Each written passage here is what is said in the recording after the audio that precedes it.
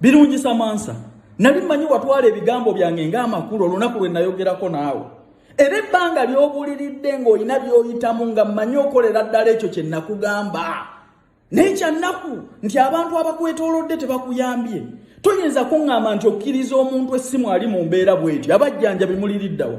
Bawa omukyalo ono eyali brand ambassador w'MTN n'abeera ku billboards ennene ne mukkiriza ekifaananyi kye kifulume ng'atunula ng'enkoko ensesere. Ne mukkiriza ekifaananyi kye kifulume ng'ali mu mbeera bw'atyo.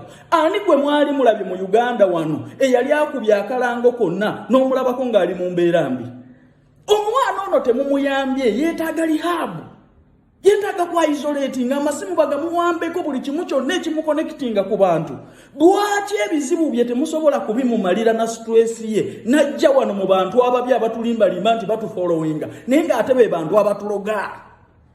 Mwe temulaba nti ono omwana ali distressed? Bannange omwana ali mentally perturbed. Temulaba nti omwana agoyinga under distress? Yetaaga rehab, yetaaga kugenda kutabika.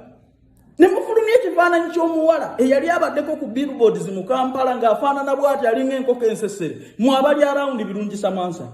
Ono omwana ali mu state etakkirizibwa kubeera na simu olw'okukuuma brand ye. Nayogera naye n'endowooza muntegedde. Si buli bizibu byonna nti tubiteeka ku social media. Bano abatulaba tebatwagaliza era embeera embi gye batwagalamu. Lwaki owa omulabe w'evidence? Lwaki owakuloga evidence? Kati kambuuze bifaananyi ebyo bye muteeka ku internet bibayambe ki? Bw'avaayo ng'ali mu mbeera bw'ekyo kibayambe ki? Yeetaaga kusabira. Bakugambye nti bano abali ku internet balina essaala gye bamusabira okuleka okuseka. Tewali bapasita ku byalo, tewali bantu bamumanyi. Abantu abali around Birungi Samantha temumuyambye. And you will be blamed ku kino ekintu. Temuyinza kuŋŋamba mukazi asinga following one. Temuyinza kuŋŋamba mukazi yachivinga goals nene nti muyinza okutta ebifaananyi bye bifaanana bwe bityo.